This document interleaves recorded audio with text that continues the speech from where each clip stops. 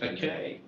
Good afternoon, everybody, and thank you for joining in our fifth bushfire recovery session. Today's session is going to be focusing on the environment, and its title is Let's Grow Together. Just for everyone's information, the session is being recorded and it will be uploaded onto Council's website tomorrow. Before we get into the proceedings, I'd just like to acknowledge the traditional lands of the country we're meeting on tonight, or in some cases other countries, and I'd like to pay respects to the elders past and present, and also pay respect to any Aboriginal or Torres Strait Islander people that may be tuning into this session this evening. As I mentioned, today's session will be focusing on the environmental recovery aspects following the bushfires. And we're very privileged to have a great team of environment and sustainability staff members to be doing the presentation today. So I'll introduce those members as now. So the first one will be Ian Perkins, and Ian is our coordinator of Natural Resource Management team, and he has a background in restoration and ecology. Next will be Patrick Teggett, and Patrick is the Biodiversity Projects Environment Officer. Martin Filipchik is the Bushfire Officer and member of Bundanon RFS Brigade. Jennifer Slattery is our Bush Care Coordinator, and Margot Law is a Private Land Conservation Environment Officer. So I will now hand it over to Ian, who will commence proceedings. Thank you. Good evening, folks, and thank you, Mark. My name's Ian Perkins, and I'll be taking you through the first section of tonight's presentation. Just as a bit of an overview, there's three parts that we are going to present on this evening, and these parts reflect some of the common questions and feedback which has come to Council on the recovery of bushland and our ecosystems after fire. The first part will be focusing on the question of how long it will take the bush to recover, and you're really understanding the recovery of plants and animals. The second part we'll move on to then is more property-specific management challenges, really working with the bushland on your property and solving some common problems that can occur after bushfire impacts. And the third part will be focusing on opportunities for ongoing help, really throughout the Land for Wildlife program and private land conservation. Next. I'd like to start this first section of the presentation just looking at a bit of a landscape scale impact of the fire. This is a bit of a general overview of the land use within the Shire, and it demonstrates showing in the red shaded areas the impact of the fire, really affecting the northern parts of the Shire and the southern parts, and particularly affecting national parks and our conservation reserves. However, you will notice across the rest of the Shire that large areas remain unburnt, and these are really important, as we'll learn in this presentation. These unburnt areas are really important for the recovery of plant communities and animal populations in particular. Next. Let's just start talking first about fire in the Australian bush, and probably the most important point to emphasise here is that our bushland actually needs fire in order to maintain biodiversity. So whilst we can be faced with very catastrophic landscapes after a fire, you do need to look at the positives in that it is actually a natural process. And without fire in most of our ecological communities, we will lose biodiversity over time. Most of our species are adapted to fire, as we'll find out in tonight's presentation. The second point is that the bush changes over time, and that particularly with the species that occur within our bushland areas. So the species that we will start to see recovering in our burnt bushland they will change over time. They will be a different suite of species now to what you'll see in a few years' time. And again, that's part of the natural dynamics of an ecosystem and recovery after a disturbance like fire. Some of the challenges, though, we face with fire is around the intensity and the frequency. If we have too frequent fires occurring in our plant communities and our ecosystems, that can degrade them quite quickly. So it's really important that frequency is within a reasonable time frame, and that varies for different plant communities. Intensity is also another major point. If we get too many intense fires occurring over a period of time, that can slow down the recovery or cause permanent changes to our ecosystems. And one of the other challenges we face with recovering after fire is recovering in fragmented landscapes. And you can see there in the image in the bottom right-hand corner how many of our towns and villages were built within a bushland environment. And the recovery of ecosystems and plant communities, when it's been fragmented like this, is a little bit more challenging. There's more opportunities for weeds to come in. There's more opportunities for pest animals to come in. So more challenges in those fragmented parts of the landscape. But overall, fire is a very positive and necessary part of the Australian environment. Next. Our plants in particular have got amazing ways to recover. And this shows some of the evolutionary adaptations to fire. When it comes to most of our native plants, we break them into two groups. We have seeders and we have resprouters. And these are different responses in the way that the plants will recover after a fire. On the left-hand side, we have some images here of Banksias and other proteaceous species, where the parent is actually killed by the fire. It can't recover, but recovery of those species is from the seed bank. The seed may stay in the topsoil for many years, in some cases, many, many decades. Or they're released after the fire. In the case of the Banksia on the bottom right, they actually require fire to release the seed. So quite important adaptations there from those groups of plants. The other groups of plants we have are our resprouters, and they're where the parents generally survive through a fire. They have adaptations that allow them to re-sprout. So on the left-hand side of the right-hand images there, we've got a mallee eucalypt where the top of the eucalyptus died, but it's regenerating, it's reshooting from what we call a lignotuber underground. It's adapted to do this. On the right-hand side, and you would have seen lots of this occurring around, is these epicormic shoots, we call them, coming out of the trunks of eucalypts in particular. Another really important ecological adaptation to recovering from fire. The eucalypts have a thick, woody bark which protects the parent plant from the heat of the fire, and these epicormic buds shoot to provide really quick energy source to help the tree recover. So a couple of good illustrations there of really important adaptations. Next. One of the big questions which we've been hearing is from our residents is, should I replant fire-affected bushland? What should I do? And look, there's really three key points here to remember. The 3 R's of bushland regeneration, as we call it. The most important first R is to just retain and to protect bushland. You don't need to intervene too early. Most important thing is to wait. We have spring is coming. We've had a lot of good rainfall. You'll see amazing regeneration of our fire-affected landscapes occurring in spring. Now, most of that regeneration is a second point here, is to allow natural regeneration to drive the recovery of bushland on your property. You need to wait a few seasons in order to decide whether or not you move on to the third R, to replant. In most cases, replanting is not necessary. You can find if you intervene too early and you spend a lot of money and time on replanting, it can be a waste of effort. Let a few seasons pass. So should you replant?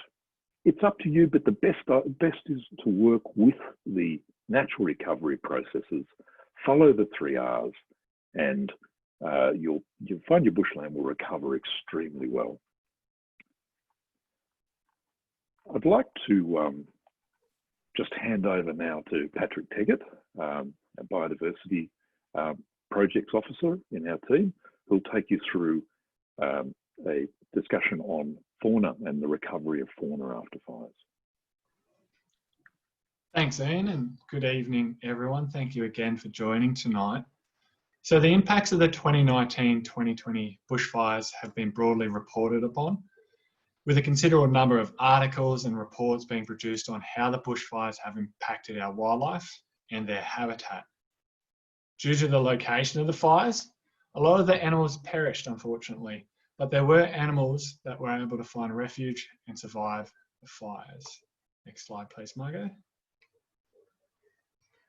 Fire has an immediate effect through death, immigration, and immigration on various species, and it will ultimately depend on their requirements and their adaptations.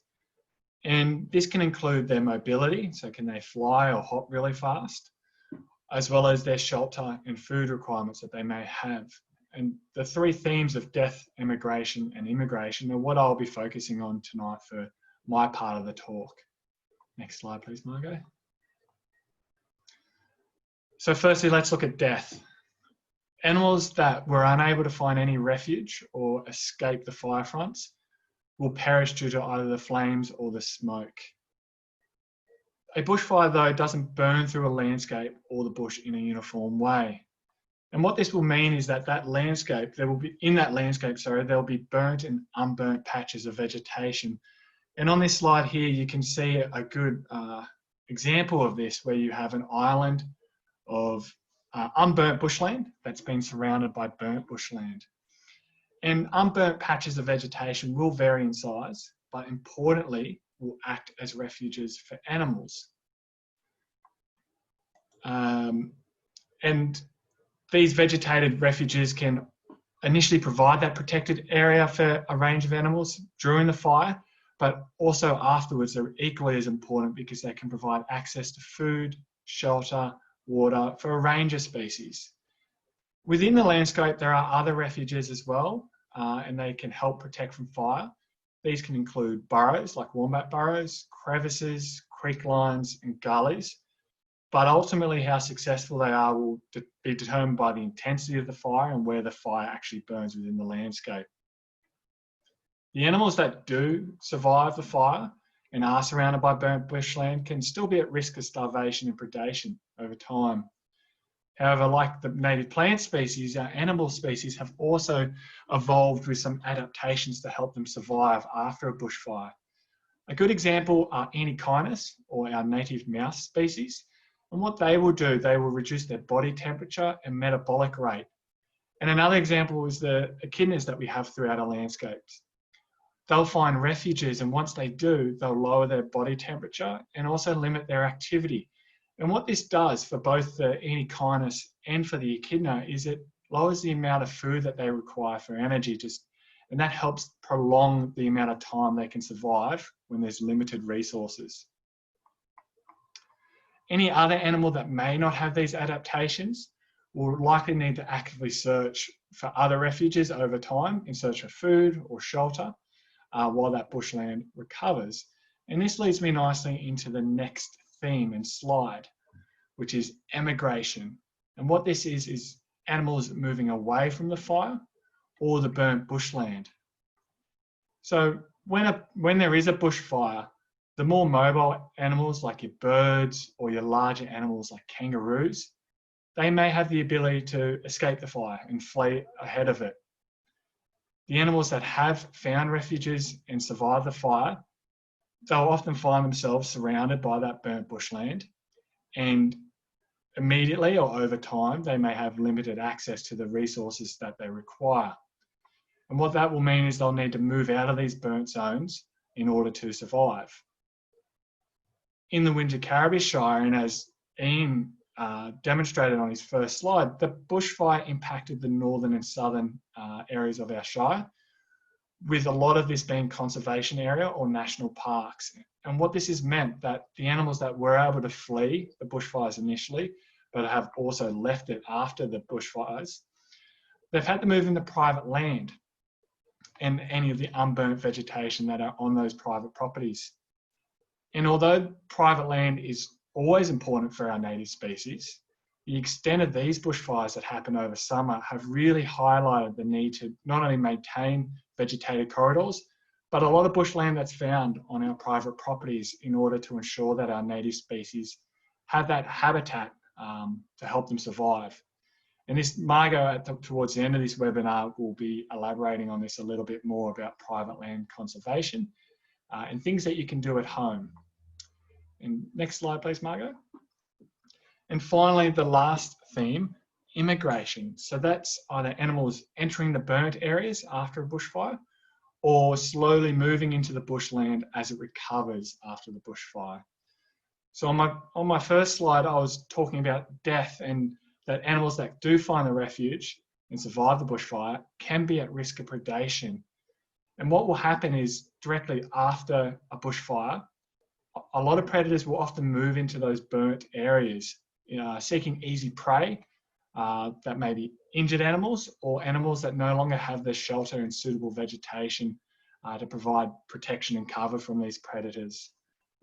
Native species, you often find birds of prey moving in, and they can cover large distances once they see the smoke or the fire happening in search of an easy meal.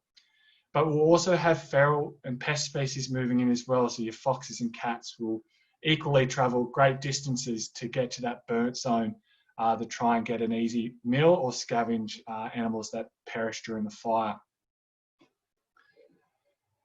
So as Ian was talking about, after a bushfire, our native species have adapted ways to begin to reshoot or reseed after the fire. And as these plants begin to grow, animals will be attracted back into our bushland. And that's because there may be food or it may be shelter that's drawing them back in. I should also point out, though, when we look at a burnt landscape, we often think of all the damage that's been done by the fire. But bushfires are also important for creating habitat. So that can include habitat trees, so hollows or crevices within the tree, and these are important for a range of different native species like our possums, a range of bird species and gliders. And we may not look at them a lot of the time, take a lot of notice, but the crevices within the trees are also important for lizards and microbats too. And then equally, the fallen logs or the trees that may have been felled during a bushfire, they're important for a range of different ground dwelling species too. And finally, it can take a long time for the burnt bushland to be repopulated by our native wildlife. And there's no sort of fixed time for this. What will happen is the length of time will vary and be dependent on each species and the resources they require and how long those resources actually take to return to the bushland. So that could be their food or their shelter. And so that closes off my part of the presentation, but I'll pass it over to my colleague, Marty, who will take it away and introduce the second part of the webinar. Yeah, thank you, Patrick, and good evening, everybody. My name's Marty Filipchik. I'm the Bushfire Management Officer with Council. We're going to move into part two of the presentation, which is basically property-specific management challenges. And we'll cover a number of the dot points that you can see at the bottom of the screen there. Next slide, please, Margaret. Marty, before...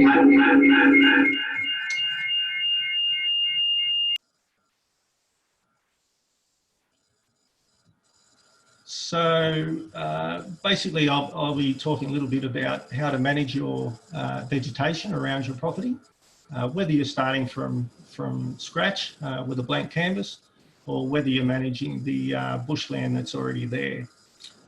As part of managing this vegetation around your property, it'd be worth considering whether to put in an asset protection zone or an APZ. So an APZ is basically a fuel reduced area surrounding an asset or your house, and it provides greater protection from a bushfire. It also provides a safer area for firefighters and homeowners to defend the asset during a bushfire. Now, the size of the APZ mainly depends on the structure that you're trying to protect, its location in the landscape, and also the type of nearby vegetation.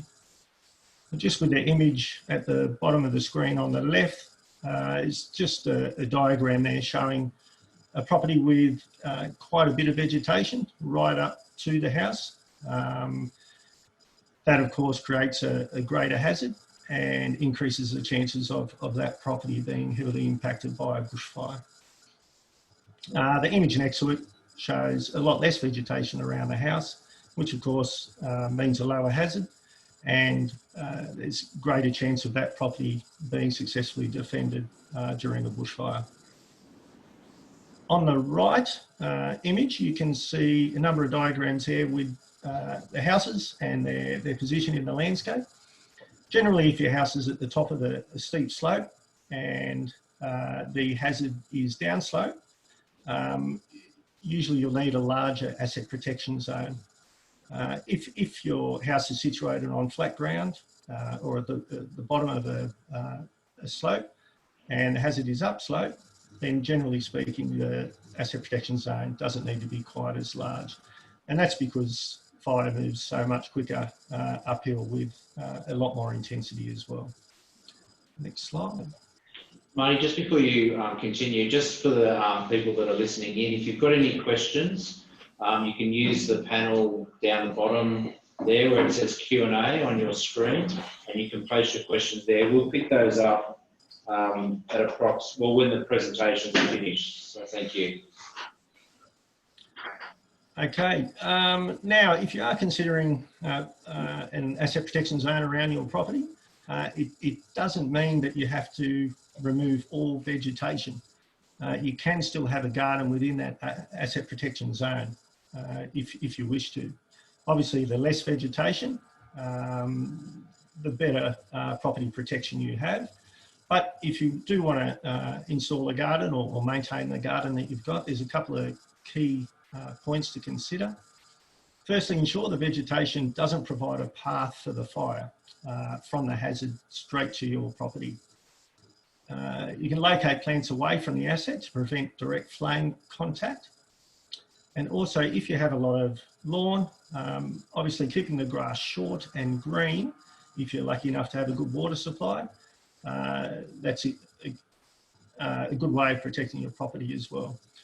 As well as this, yeah, if you can use gravel or pebbles instead of mulch on your garden beds, or even if you want to use gravel or pebbles to create paths between those patches of vegetation, just to break up the vegetation in that asset protection zone.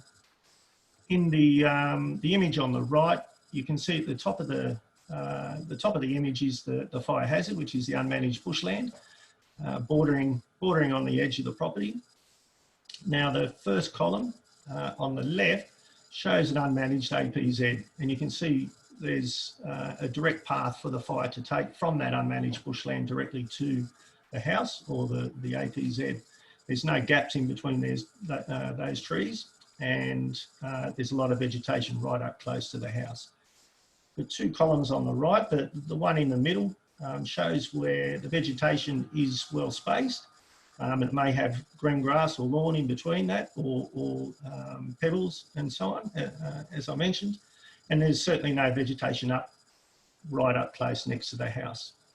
And in the final column on the right, it's just another asset protection zone variant. You can see they've got a buffer between the bushland hazard on the border of the property. They've removed all the vegetation in between that and then a row of trees. And sometimes it's a good idea to have a row of the right species of trees, which can aid in protecting your property from ember attack. Okay, next slide.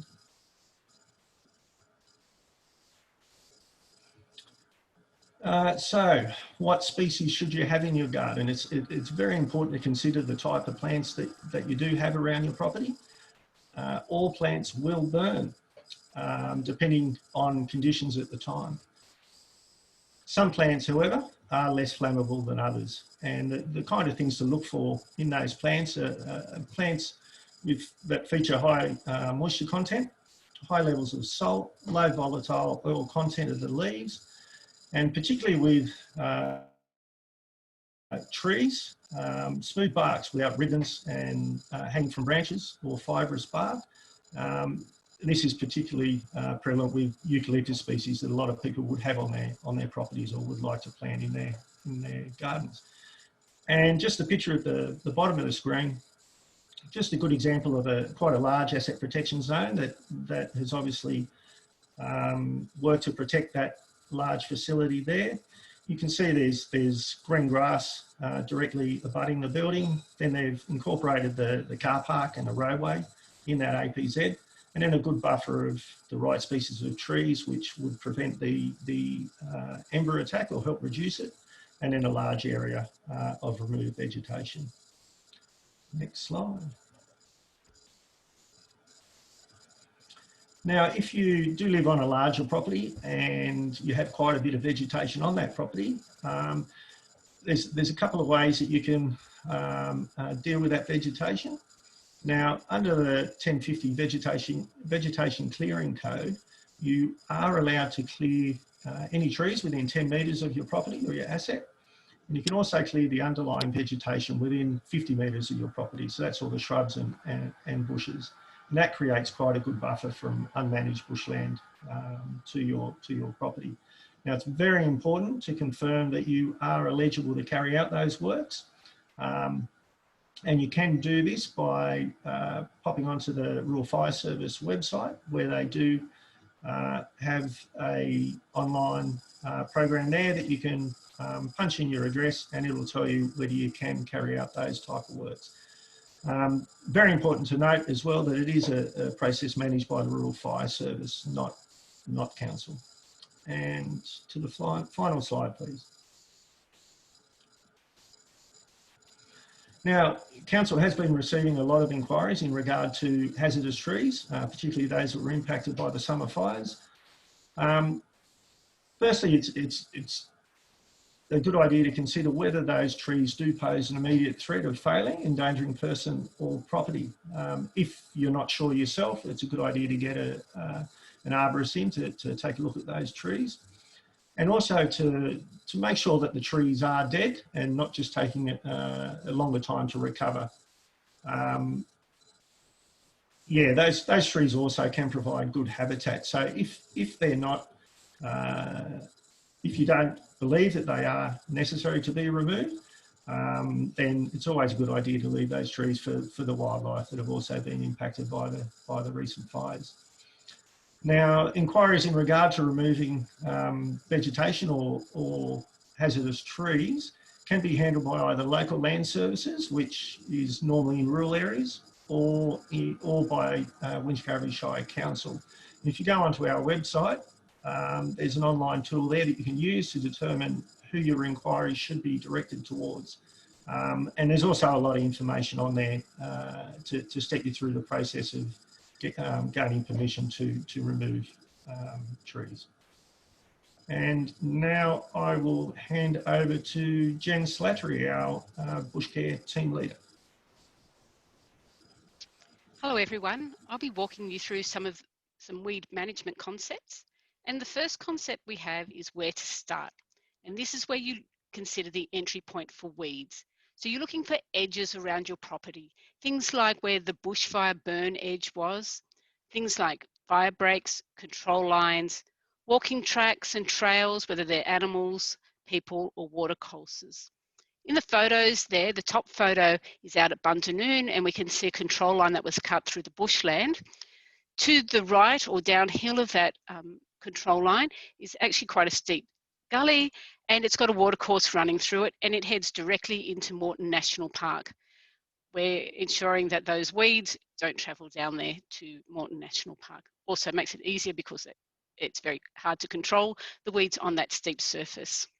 The bottom photo is at Wingello and it's showing weeds following a water course and it's going straight into the unburnt bushland. So we're trying to keep those weeds out of that area. So a question that you may want to consider are where are your edges? And that's where you go to first to look for your weeds. Another area is the previous infestation areas because you could have soil stored seed there. Next slide, please. The burnt land that you have on your property, please try and leave it alone for the first 3 to 6 months to allow the soil to recover and native seedlings to establish. You may notice on the soil that there's a crust that forms. It's like a soil sealant. and it protects and binds the soil from the elements. But once that crust is destroyed, whether it's been trampled or driven over, the natural regeneration takes a lot longer to occur, and it can be very slow. The picture that we've got there was only taken a couple of days ago, and it's showing emerging seedlings in the soil crust. And most of those seedlings are all native species. Next slide, please. Like the native species, our weeds are also fire adapted. So we've got weeds that will resprout from bulbs and underground propagules. So the top photo is showing some lilies and some blackberry. That was only taken a couple of days ago, and they're growing really, really well. They may resprout from the bottom of trees. So the bottom photo there is of a barberry, but you may also find gorse and privet resprouting. Another thing for fire adapted weeds is you get mass germination of the seedlings. So gorse, Montpellier broom, radiata pine, a lot of species that have hard seeds, they will just germinate en masse.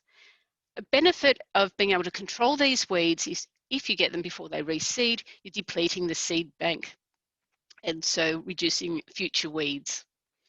Next slide, please. The other set of weeds that you might find is you've got pioneer weeds. They're fast-growing annuals or short-lived perennials. Think of your thistles, your daisy plants, your brassicas. So the picture to the right there is showing an embankment that had been burnt, and had been burnt to the bare soil, and that's pretty much all brassicas and thistles in there. A tip for your Asteraceae plants, so your daisy plants, your fireweeds, if you pull them out and they've got a flower on it, that flower can still set seed, so it's a good idea to bin and bag the flower heads.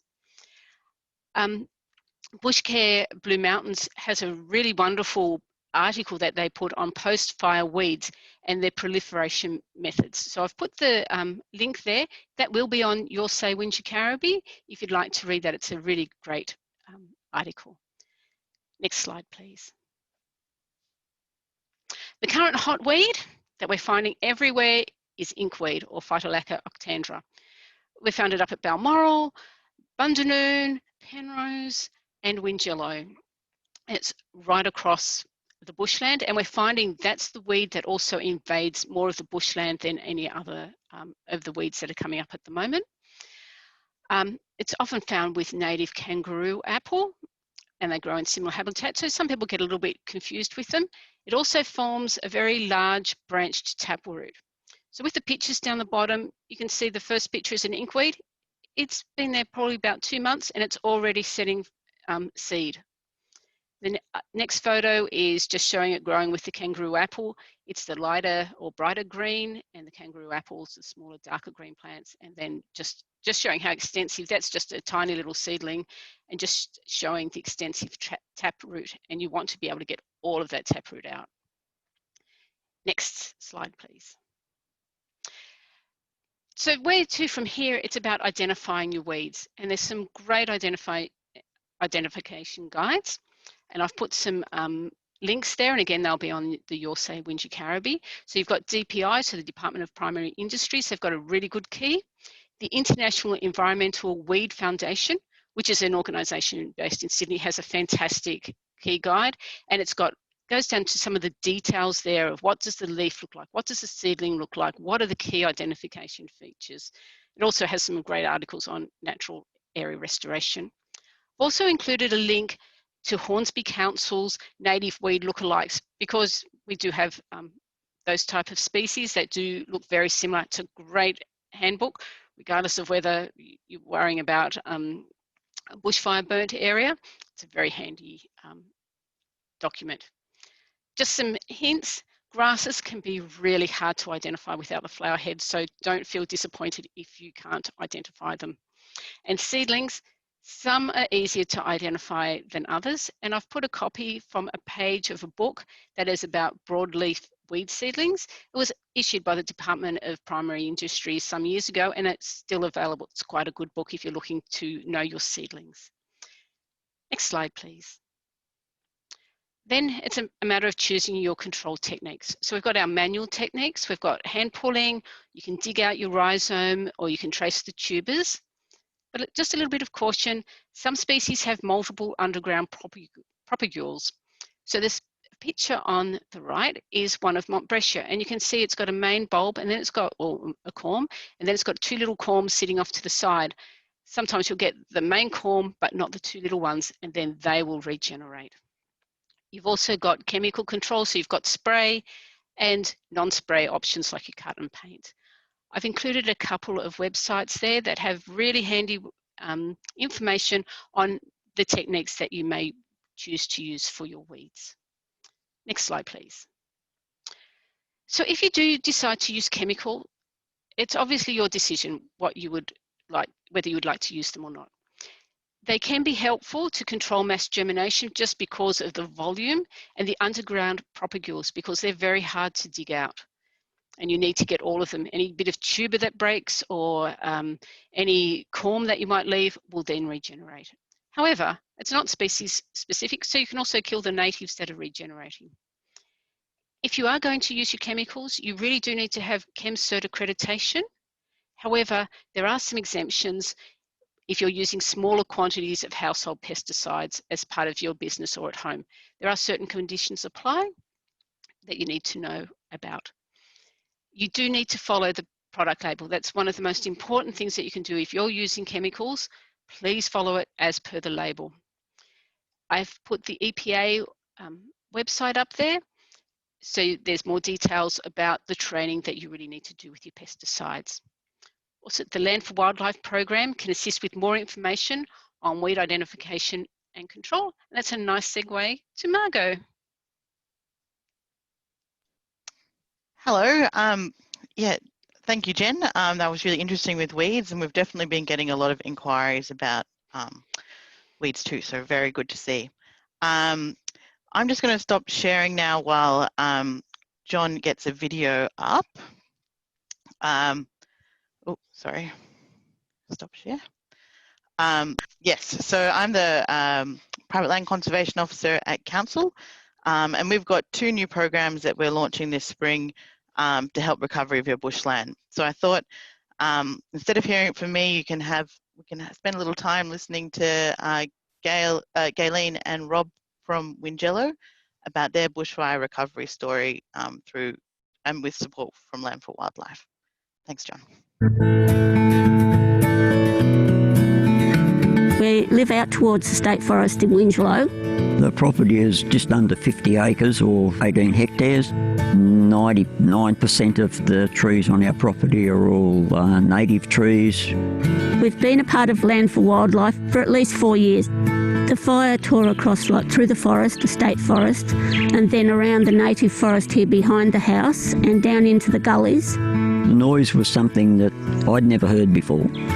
It was remarkable in a way that the house didn't burn, our stable and tractor shed didn't burn, but all the other shedding that we had on the property was lost. We were just so lucky compared to so many other people that had lost everything. I just felt devastated like the trees looked devastated, because in a way I felt like I'd let the bush down by letting it get burnt. Land for Wildlife is a really lovely program where we can develop a relationship between the landholder and the environment team at council and help people along the journey to regeneration after bushfire. We think there's about 450 properties that could be eligible for Land for Wildlife that were burnt last summer. Bushfires can also be an opportunity as well. There's just so much new life that's happening at the moment, whether it's just little tiny seedlings on the ground or all the beautiful epicomic growth that's happening on the trees. Every landholder that joins Land for Wildlife gets a property visit from an experienced ecologist, and so they'll walk through your property and point out different things that are happening. I'm a Land for Wildlife assessor. I've actually came out to this property before the fires, and part of my job is to give feedback to the participants. We look at the land, we look for signs of wildlife, we do a plant species list, just give them some advice on how to manage their land. There's a lot of different plant species that will be coming back that weren't there before. So the soil has been stimulated by the fire to germinate other things. We have such a diversity of threatened plant species here, and some of them will look like weeds. So it's important to know the difference. We've got almost 150 active properties in Land for Wildlife and over 5,000 hectares. There's opportunities for grants from the Biodiversity Conservation Trust for $2,000 a year. Any Land for Wildlife member can apply for it, and that grant can help you get control of your weeds, can look at fencing, can look at habitat restoration. I just love working with our Land for Wildlife community. It's just like a bunch of the loveliest people. I think the support from Land for Wildlife has been good for everybody because they can explain to you in great detail so that you can understand and you can see the practicality and you can see the rewards for conserving bush. We've also seen some of the wildlife back that we had before the fires, and that's been very reassuring that this was a good place to live. We really are in a good place now, that we know that the bush is going to recover with our help. I think the future is very bright and everything is going to go back to the way it was before, but Better. Yes, much better.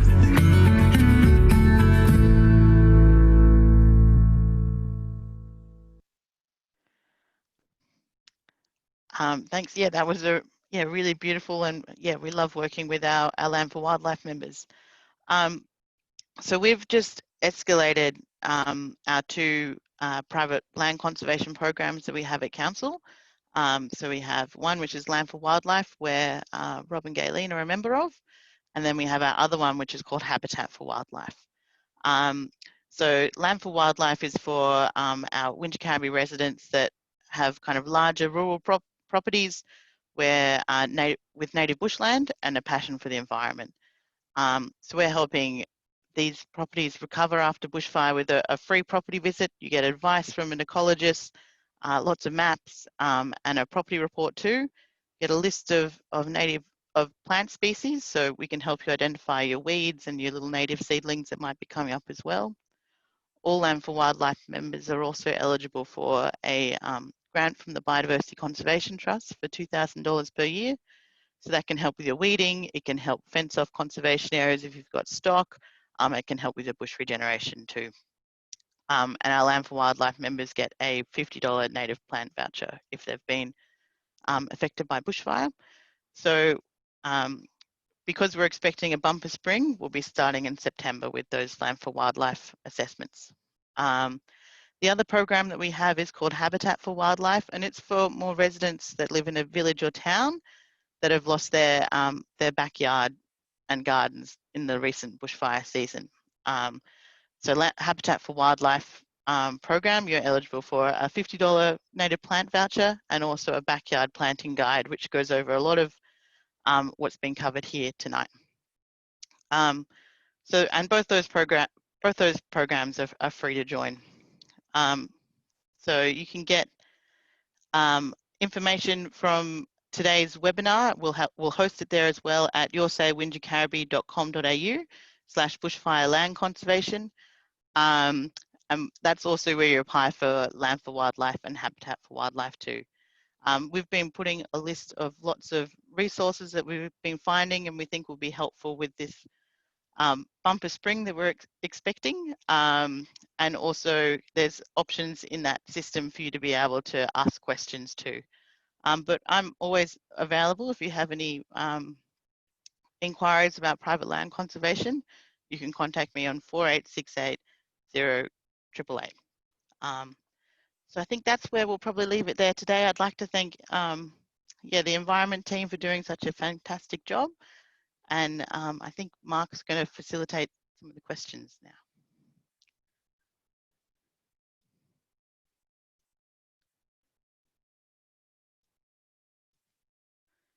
Thank you, Ian. Thank you, Jen. Thank you, Marty. And thank you, Patrick. That was fantastic information.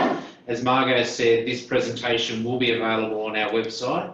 There was a lot of information in there, a lot of very good worthwhile web addresses and contact details. So I'm sure there's a lot there that people will take advantage of. Now, we do have some questions, so I'll just get that up now. The first question is for Patrick. What is your opinion on hand feeding native animals after bushfires? Thanks, Mark, and I believe thank you, Marilyn, for the question.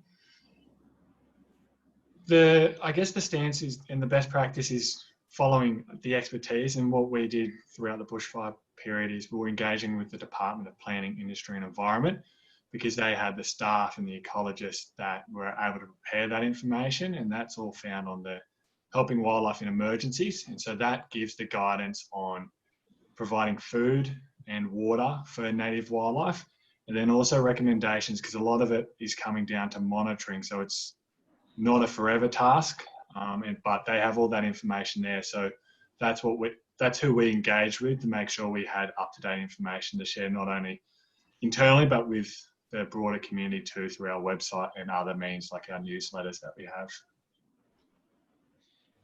Thank you, Patrick. Next question from Elizabeth up at Balmoral. If Balmoral Village wishes to set up a community garden under council guidelines, can we support it as a native nursery for local species and endangered plants such as the hairy geebung, which we've all learnt about in recent times, and include native foods like warrigal, native spinach, native limes, etc. Now, I'm not too sure would like to answer that, maybe Ian, or I've got Barry in the studio. So Barry, would you like to maybe answer that? Yeah, look, we do have some information on our webpage about steps in setting up a community garden. In terms of the specific purpose, look, I can't think of anything that wouldn't support that, but yeah, there's a couple of steps to go through, and happy to start that journey. Yeah, on council land, there's a process that we have to go through in terms of plans of management and a few other procedural processes, but equally, if it's on other Crown land or whatever, we might be able to make those arrangements. So we'll take that on board, Elizabeth, and we'll come back and speak with the community up there. Next question from Ray is, he has a RFS containment line on rural property at Exeter. Who is responsible for regenerating the lines as they are disrupting water flows and encouraging weeds? Yeah, I can answer that for Ray. Thank you, Ray, for the question. Look, most of those containment lines around Exeter and Bundanoon and various other villages were put in place by the Rural Fire Service as part of the mitigation process for the fires that were about to impact. So your best port of call would be the Rural Fire Service Control Centre in Mittagong. If you give them a call, they should be able to assist you with those containment lines and the regeneration of those containment lines. Thanks, Marty. Another question from Elizabeth, which is a very interesting question. A number of weeds that have never been seen before appeared after the dust storms, and obviously due to the drought that we had in 2018, 2019, there were a number of dust storms which would have brought a lot of seed bank from over the mountains and deposited into our area, which is obviously now germinating as a result of the fires and the rain. So would anyone like to comment on that aspect? I can comment on that. It's Jen Slattery here. About the weeds, they will have come in on the dust storm. You may be also finding that you've got plants that were dormant for a very long time, because the seed bank can stay in there for a very long time with some of the long-lived seeds. You know, some can stay in there for 80 years. So with a mixture of some warmer weather and we're getting all the rainfall, the seeds are now ripe to germinate in there. Keep a check out on the edges of your property. That's where they will tend to come in, especially from a dust storm. That's where you'll find a lot of them coming in. If you're part of the Land for Wildlife program, We may be able to help with the weed identification by getting some photos of the weed and be able to assess that from there and give you some advice on what it is and maybe some control methods to consider. Thanks, Jen. Is there a saying, let it seed and you'll get 7 years of weeds? Oh yeah, absolutely. And it's so true. So get it early, don't let them seed. Yeah. That looks like all of the questions, but by all means, if anyone's got any questions that come to mind at any time, I'm sure any of our team members would be happy to answer those questions. You can contact council on the 48680888. Margot's got her name up there. And also, but I'll just hand it over to Ian. Would like to say something? Yeah, sure. There's just a couple of extra questions have come in. One from Julie Vulcan. We have shelf fungus high in the stringy bark. The tree is old and established and regenerating beautifully. However, one person told us it might compromise it structurally.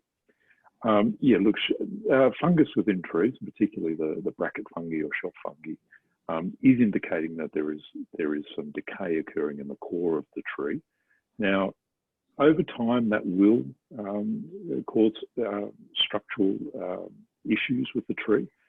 So if it's close to a house and an area where it could cause an injury or damage, it's worth getting a qualified arborist to check it out.